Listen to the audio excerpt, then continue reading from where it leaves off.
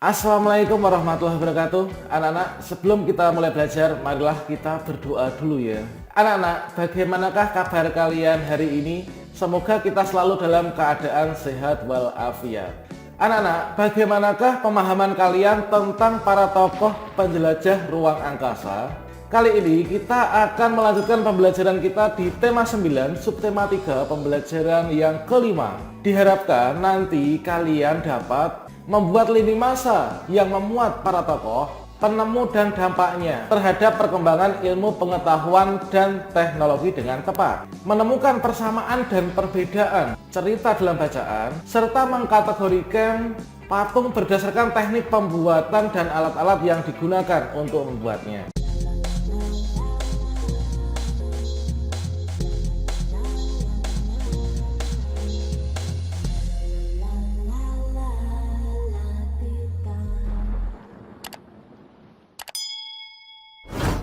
Anak-anak, coba kalian perhatikan gambar ini ya. Tahukah kamu siapa saja mereka? Apakah peran mereka terhadap perkembangan ilmu pengetahuan yang berhubungan dengan angkasa luar? Anak-anak, angkasa luar masih saja menjadi misteri yang mendorong para ilmuwan untuk mencari tahu lebih banyak. Beberapa proyek besar sedang dilakukan terutama untuk mencari tahu kemungkinan kehidupan di salah satu planet lain di luar bumi. Dengan masih banyaknya hal yang belum terungkap untuk memuaskan rasa ingin tahu manusia, maka ilmu pengetahuan akan terus berkembang untuk kesejahteraan manusia dan keseimbangan alam semesta.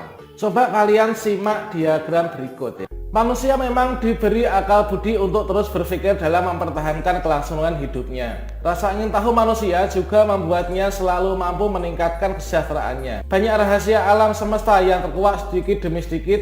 Hal itu sejalan dengan perkembangan ilmu pengetahuan dan teknologi. Begitu juga dengan rahasia luar angkasa. Ketika ditelusuri sejak dahulu kala, ketika memandang angkasa, manusia sudah tergelitik untuk mengetahui lebih banyak. Seperti yang ingin pelajari terbit dan terbenamnya matahari, ingin pelajari deretan bintang, ingin mengenal bulan lebih dekat. Di Wiltshire, Inggris ditemukan Stonehenge yang diperkirakan ada sejak sekitar 2000 sebelum Masehi. Stonehenge berwujud sekumpulan batu raksasa yang disusun ke atas dalam sebuah lingkaran besar. Para ilmuwan percaya bahwa bangunan itu digunakan untuk mengamati pergerakan matahari dan bulan. Semakin berkembangnya peradaban, semakin banyak pula lah yang dipelajari termasuk dari angkasa luar. Masyarakat Mesir mencatat pergerakan matahari dan bulan pada lempengan-lempengan batu pada 400 sebelum Masehi. Sementara pada 350 sebelum Masehi, astronom Cina Shi Shen mencatat ada sekitar 800 bintang dalam katalog bintang pertama. Salah satu peradaban yang gigih mempelajari alam semesta adalah peradaban Yunani kuno sekitar kurang lebih 500 sampai 400 sebelum Masehi. Berbagai teori alam semesta muncul dari para ilmuwan Yunani. Di antara yang teori adalah yaitu Pythagoras dengan teori bumi bundar, Ptolemeus yang mempelajari pergerakan planet, dan Aristoteles yang menghasilkan kumpulan hasil pengamatan para astronom lain. Gagasan revolusioner yang dicatat sejarah adalah ketika pada tahun 1543, pada tahun tersebut Nicolaus Copernicus memperkenalkan teori bahwa bumi dan planet lainnya sebenarnya mengorbit mengelilingi matahari, bukanlah bumi yang menjadi pusat tata surya seperti yang dipahami sebelumnya. Gagasan ini terus dicari tahu oleh astronom di era-era berikutnya. Pada tahun kurang lebih 1600, astronom Denmark yaitu Tycho Brahe yang dibantu oleh asistennya Johannes Kepler menemukan bahwa planet-planet memang mengorbit matahari dalam jalur berbentuk elips. Teori ini diperkuat dengan pembuktian dari astronom Italia Galileo Galilei yang menggunakan teleskop untuk melakukan pengamatan luar angkasa. Tidak berhenti pada pengetahuan seputar revolusi bumi dan planet-planetnya, rahasia benda langit lain pun diamati dari bumi. Pada tahun 1682, Edmond Halley mengamati sebuah komet. Ia dapat menyimpulkan bahwa komet ini muncul setiap 76 tahun sekali. Komet ini pun dikenal dengan nama komet Halley. Planet-planet dalam tata surya juga dikenal dan dipelajari secara bertahap. Uranus ditemukan pada tahun 1782 oleh William Herschel. Pluto yang terjauh baru ditemukan pada tahun 1930 Akan tapi setelah pengetahuan semakin berkembang, Pluto kemudian tidak lagi dikelompokkan sebagai planet. Berbagai alat dikembangkan sejak teleskop dimanfaatkan oleh Galileo untuk mengamati angkasa luar.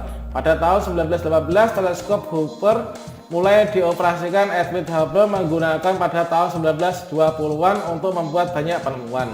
Semakin jelas wujud benda di angkasa luar ketika pada tahun 1990 teleskop angkasa luar Hubble dikirim memasuki orbit di angkasa luar. Tidak semua usaha manusia menambah pengetahuan tentang angkasa luar berjalan mulus. Duka juga pernah menyelimuti dunia ilmu pengetahuan. Pada tahun 86 pesawat ulang-alik Challenger meledak setelah lepas landas.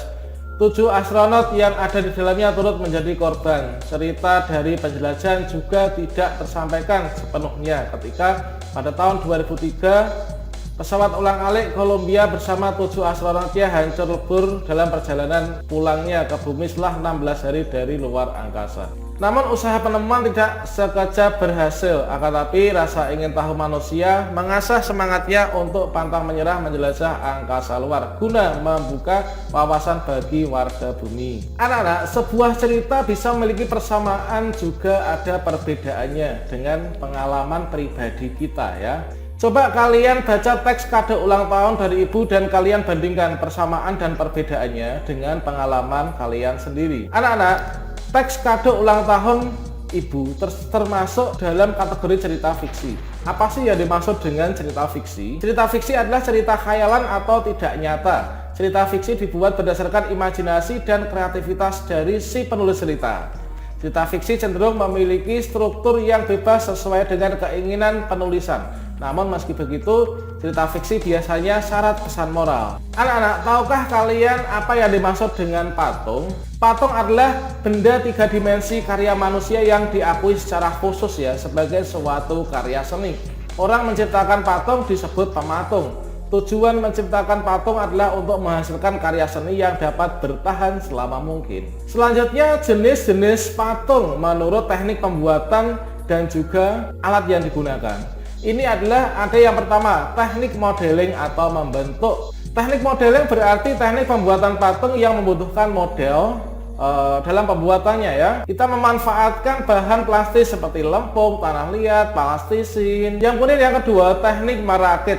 Teknik merakit adalah teknik membuat patung dengan cara merakit bahan dasar patung kemudian merangkainya. Kemudian teknik cetak atau teknik cor ya. Ini pembuatan patung dengan menuangkan cairan bahan patung seperti semen, logam cair, gipsum, pada memanaskan logam hingga mencair kemudian dituangkan pada cetakan yang telah dibuat. Kemudian teknik butsir adalah membuat patung dengan bahan-bahan yang lunak seperti tanah liat, gipsum dan lain sebagainya. Untuk prosesnya bisa dengan subtraktif ya, atau mengurangi atau menambah bagian-bagiannya. Kemudian yang berikutnya adalah teknik pahat. Kita menggunakan alat pahat untuk mengurangi dari bahan patung supaya menjadi patung. Nah, anak-anak, sekarang kalian sudah mengikuti pelajaran ini sampai selesai. Tentunya kalian mendapatkan banyak sekali ilmu baru ya. Tetaplah belajar dengan rajin dan kelak kalian akan menjadi penemu. Cukup sekian. Wassalamualaikum warahmatullahi wabarakatuh.